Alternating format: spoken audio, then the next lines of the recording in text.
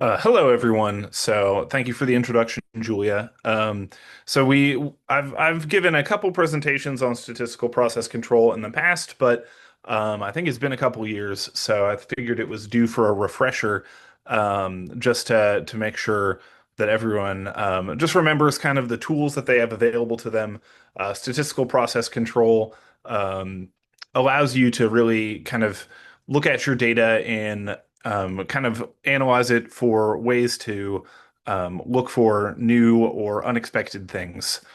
Um, so, just as a quick note, this presentation was funded by the Kentucky Department for Public Health, and I have no conflicts of interest to declare. So, when we talk about statistical process control, we need to really introduce what is a process. And so a process is just any repeated event that happens over time. So there are many examples of this in healthcare. Essentially, almost everything we do can be viewed as a process, especially if it's like, related to patient care or related to, just management of things in the hospital. And so processes can be simple or they can be complex. And the more complex your process is, typically that means the more variation you'll have. Um, and the outcome then of a process would be some specific or measurable metric. So the outcome could be, if you look at it from a business perspective, it could be like, how much money are you making from sales throughout a day? In healthcare, especially in the sort of infection prevention world, we might look at hand hygiene compliance or rates of ventilator-associated pneumonia or central line bloodstream infections, things like that. So our outcome then is going to be something that we measure. So then within all processes, there are variations. So, no two things are exactly the same. Same thing with a process. You might meet a different patient who is, more agreeable or less agreeable, and then that could possibly impact how you interact with them. Same thing with members of, your team that you work with. So there are two types of variation that exist within a process, and that's common cause and special cause variation.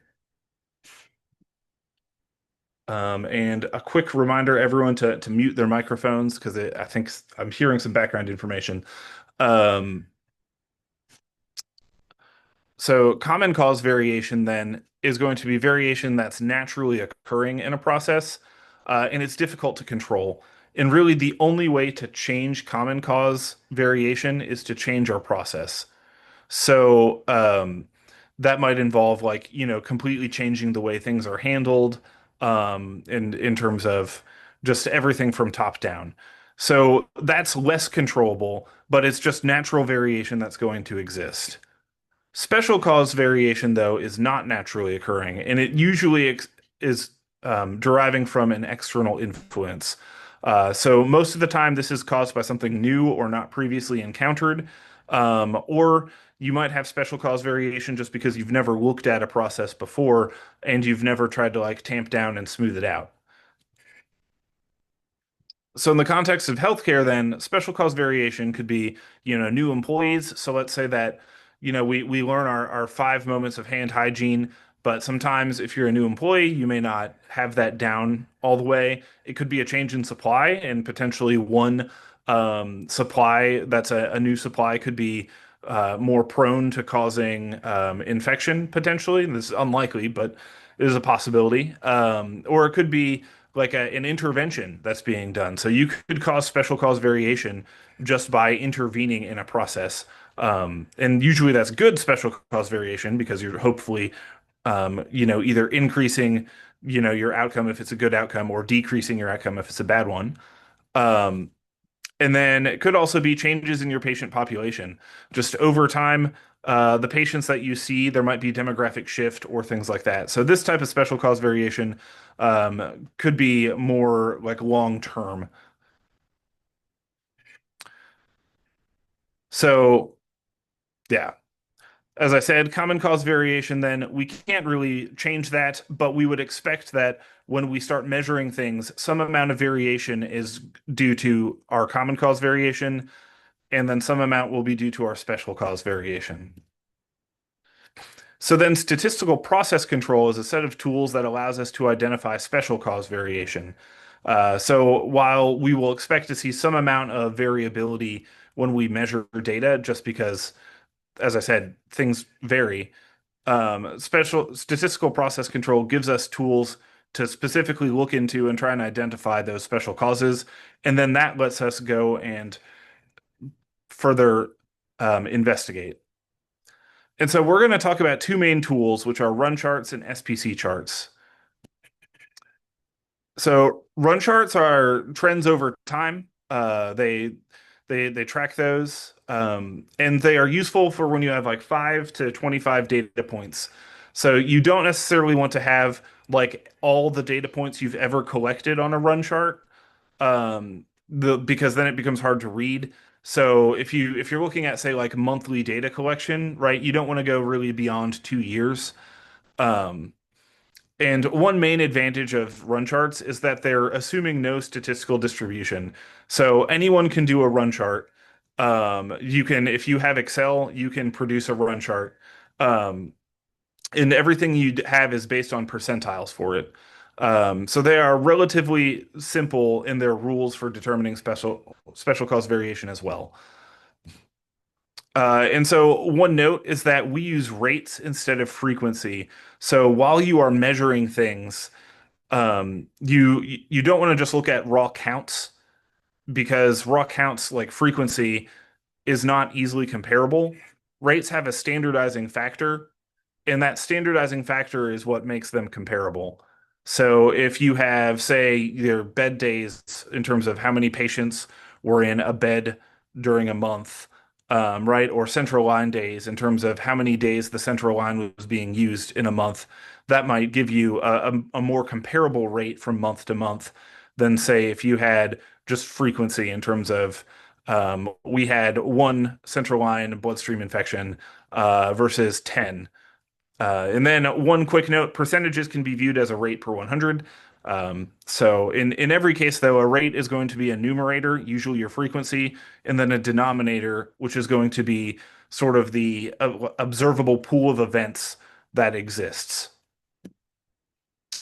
When we produce a run chart, they're going to look something like this. So we'll have our x-axis, which is going to be time. So you could have it daily or monthly or yearly or quarterly. You just need to pick a unit of time for it. And then you have your rate. So your rate could be anything, but that's going to be your y-axis. So in this example, we're just saying it's a rate per 1,000 patient days. Then we're going to have our data points that are plotted in a line. So as I said, if you have Excel, you can just create a line chart. And then what makes it a run chart then would be adding the center line or median to the chart. So if you take your 50th percentile, you'll expect 50% of your points are going to be above this line, 50% are going to be below this line. So you'll expect in this case, we have two that are exactly on the median. Um, So our general rules for special cause variation are that if we have seven or more consecutive points on either side of the central line, so that means if it's above the central line, we have seven or more consecutive points that are above the median. So those are going to be, if it's you're measuring an outcome that you're trying to prevent, that's bad. If it's below the line, then that's good. You could also have five or more consecutive points that are increasing or decreasing. So if you are constantly going up or down, then that means that something probably is happening because most likely you don't have exactly that process decreasing that outcome. And then 14 or more consecutive points alternating up and down. So if you see like almost like a zigzag, again, due to the way that things are kind of structured, having 14 or more points consecutively doing this, it was pretty unlikely. So if we wanted to look at that example of a run chart that we had previously, we have two different rules being shown on this run chart. We do have 5 points all increasing. So let's say in the story of this chart, you saw that, oh, we keep increasing, we need to have an intervention to prevent these infections, and then you implemented said intervention, then we have 7 points below our median here. So we were effective at reducing the rate of infection. So here you can kind of look to see what was going on during these months, like why were we seeing an increase in the rate of infections, and then you could also again look at, like, we implemented an intervention in January and then we saw, results. If we wanted to look at the third rule of 13 points alternating up and down, or 14 points, excuse me, this is what that could potentially look like. And so it does look like overall the rate was increasing and then started decreasing. But even still, regardless, just because it's alternating up and down like this, it's very uncommon in real life practice for it to be oscillating exactly like that. So that's another reason to look, like, is there something going on that is, maybe it's the way that the data is being recorded, maybe it's something in the process is causing things to oscillate like that. So the advantages of a run chart are that they're easy to implement and you don't need a ton of data points. As I said, if you have 5 data points, you could start making a run chart and then keep building on it from there. And if you've never monitored a process before, a run chart is a great way to start. Um, So to implement it, all you have to do is start collecting your data. And even if you don't know your process very well, oftentimes we know what outcomes we want to look at because they're usually quality metrics or metrics that exist inside the healthcare system. So let's say, for example, we're looking at ventilator-associated pneumonia. Um, and so here we have sort of the number, we have our date. So we're looking monthly for our rows. So imagine that we're making like an Excel sheet, right? So our first column is going to be our date. Our second column is just going to be our numerator. It's our number of VAP. So this would be our frequency. But remember, we don't want the frequency, we want the rate. So we want to know how many days there were that a patient was on a ventilator that month. So then this would be, there were 57 ventilator days. So 57 days that there was a patient on a ventilator. So it could be multiple different patients. I mean, a patient could have multiple days of ventilation. So you're just adding up all of those days. And then our rate per 1,000 ventilator days is just going to be our numerator divided by our denominator and then multiplied by 1,000. So if you're familiar with any Excel math, you could just say equals here and then just click here, divided by this times 1,000, and it'll calculate the rate for you. Um, and then let's just say we start collecting this data and we have essentially our number of ventilator associated pneumonias, our number of days that patients were on ventilators, and then our rate calculated. So when you want to plot this in Excel, you just highlight, this column and this date, and then you'd go to the chart builder and get a line chart of it. And then you might get something like this. Um, so this would be our rate of ventilator-associated pneumonia run chart. And as you can see, you could, if were reading your Excel sheet, you could probably also notice that these were 5 consecutively increasing points. But we do have 5 consecutively increasing points. So even without the central line being added to this, um, we know that there is some special cause variation just because of the rules here. Um, and so that is an example. So again, to add the central line, you would need to do a couple more processes. And if you're interested in trying to do um, run charts on your own and you are kind of struggling, please reach out to me. I can, via email, I can help you, set it up in terms of, like, guide you through how to add the central line and things like that. Um, The disadvantages, though, is that there are many kinds of special cause variation that are exist besides just increasing and decreasing runs, and there are stronger statistical techniques. So because we're not assuming any sort of underlying distribution, we lack some statistical power there. And they're also pretty bad at determining if a data point's an outlier. So because we don't have any sort of we're all looking at percentiles. So we can visually see, like, maybe this is an outlier, but maybe it's not. Um, so if you want a more robust tool, And this usually requires specialized software, or there's a couple ways that you can do them online. There's like SPC chart apps and stuff that exist. SPC charts improve on run charts, and they allow a greater number of data points to be displayed. Um, and the main advantage of a statistical process control chart is that it introduces a distribution, like a statistical distribution. And because of its introducing a statistical distribution, it introduces control limits. And then we'll use those control limits to determine our rules for special cause variation. Now, there's a huge number of different types of SPC charts, depending on what type of data you're collecting for your outcome. So, if you're looking at continuous outcomes, if you're looking at time between rare events, maybe you almost never see something, or if you're looking at categorical outcomes. So, the um, most of the examples I've provided today are in this categorical outcome, and most infection control processes are going to end up being a categorical in the way that the data is collected. So the question that you would need to know is, can an event happen to a patient more than once per time period? It doesn't have to be a patient. It could be, can the event happen more than once per time period? And then is the denominator constant? Um, in the sense that, are you always having the same number of bed days or patient days? Are you always having the same number of observed hand hygiene compliance?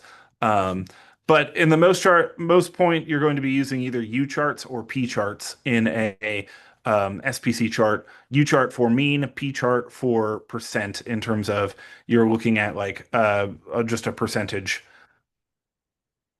So this is an example actually of a C chart in the sense that all of the months are assumed to have the same number of bed days. So that's why these are straight lines. And that's mostly to illustrate kind of the anatomy of an SPC chart. So an SPC chart is kind of like a run chart in that we have a line graph of our measured outcome that happens over time. So our x-axis here is going to be time. Y-axis is again going to be our outcome. So in this case, it's our infection rate per 10,000 patient days. So this is a pretty high infection rate, but again, it's all for illustration. Um, and so this green dashed line in the middle represents our mean. So previously in a run chart, we were using the median, which was the 50th percentile. In an SPC chart, we're using the mean. So that's because we're assuming a distribution on this, and we're assuming it's a normal distribution. This yellow dashed line then is going to represent a like one standard deviation. The green dashed line is going to represent two standard deviations, and the red dashed line is going to represent three standard deviations. So um, you may be wondering why we have all these lines.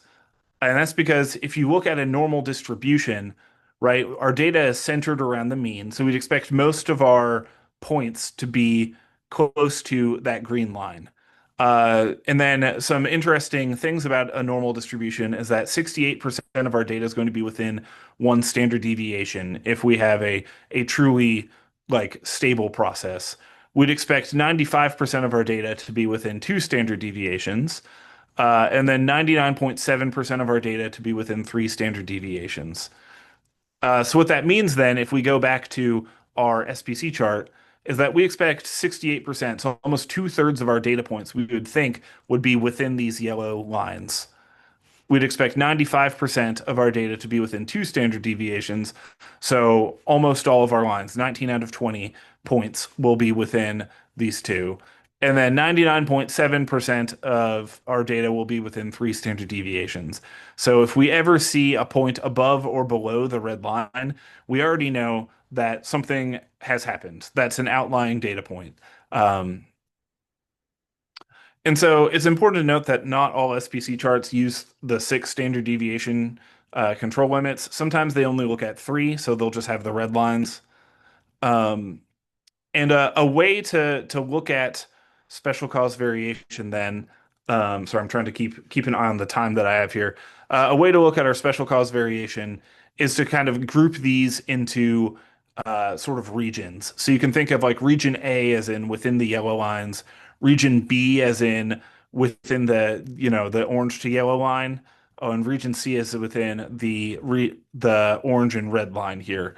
So if we have, as I said, 1 point above or below three standard deviations, right? Like we would expect to see that maybe 3 out of 1,000 times.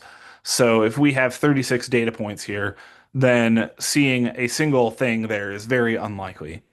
Um, Having 2 out of 3 consecutive points above or below two standard deviations, right? That would mean that we saw, 95% of the time, so 19 out of 20. So if we see 2 out of 3 consecutive points above or below the standard deviation, that typically is cluing us in that like something has happened that's made something either higher or lower.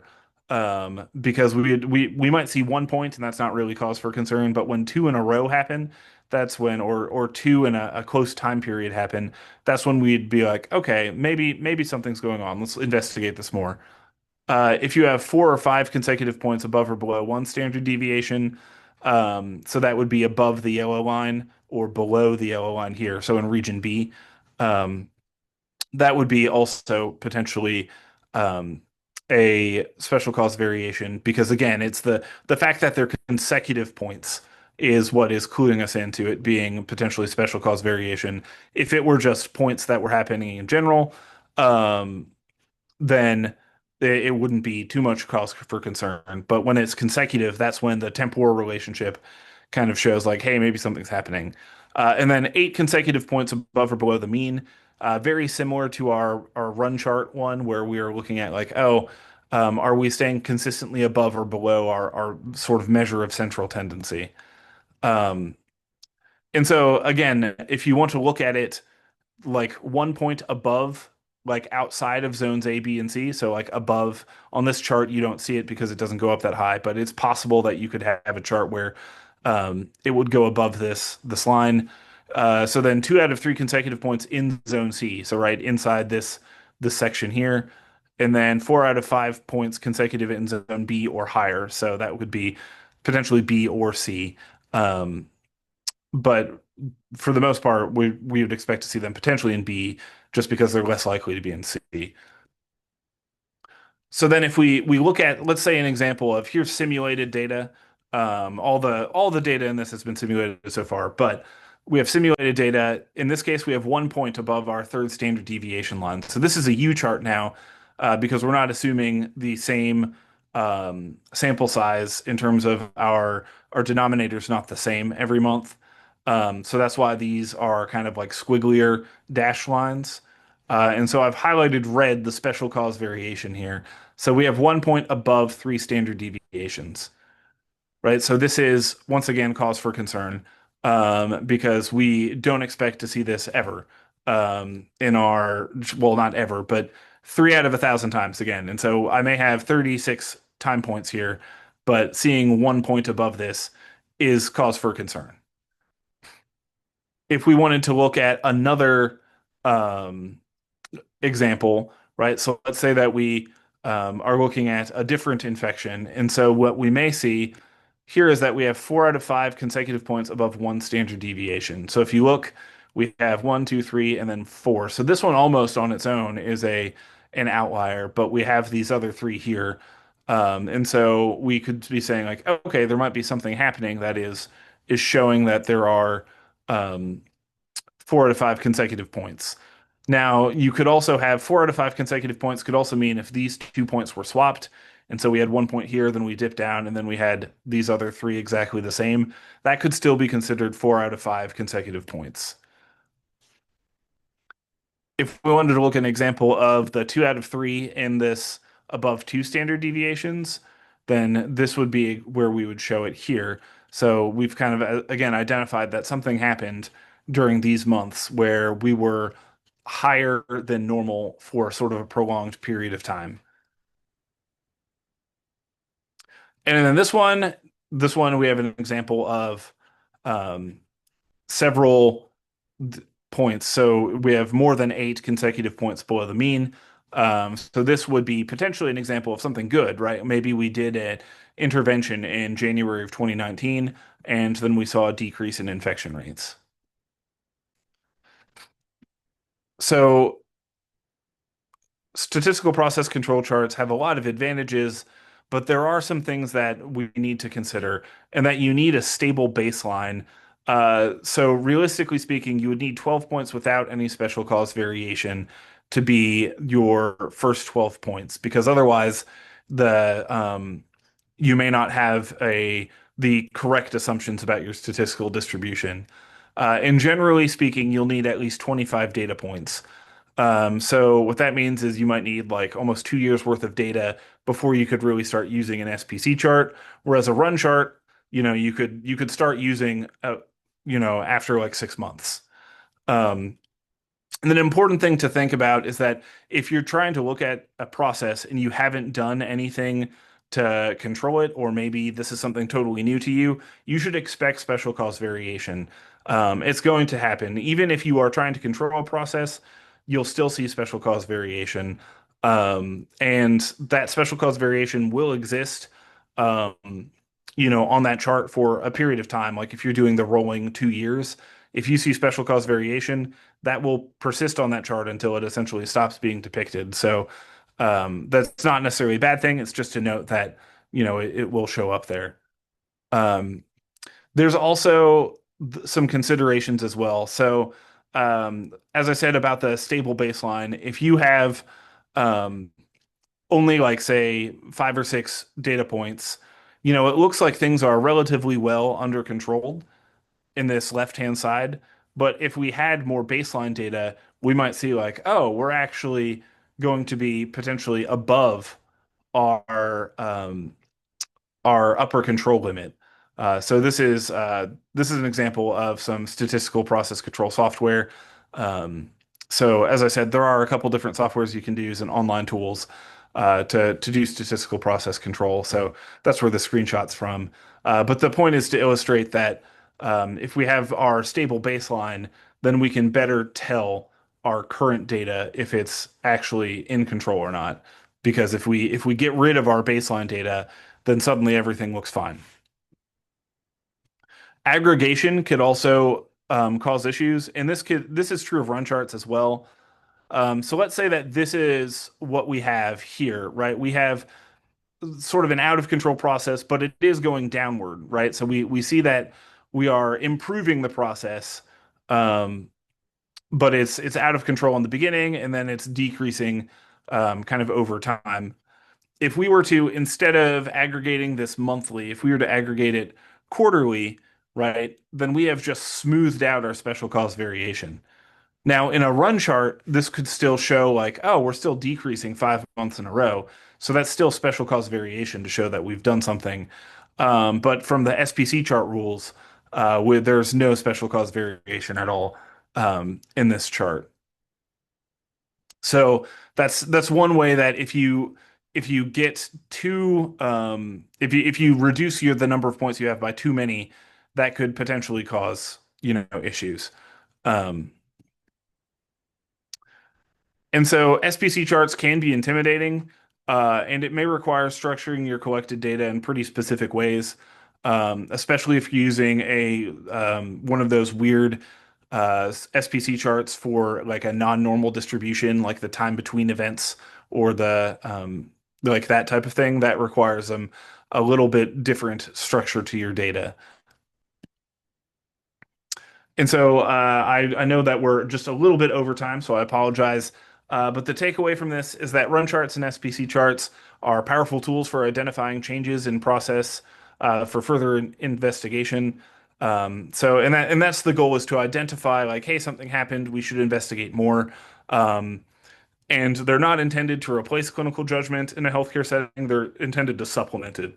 So it's not saying like, hey, everything is wrong. It's just saying, hey, we should look at this, see what happened, see why we can explain what happened. And then if it's something that needs to be addressed, then we can try to address it. That's the goal of statistical process control.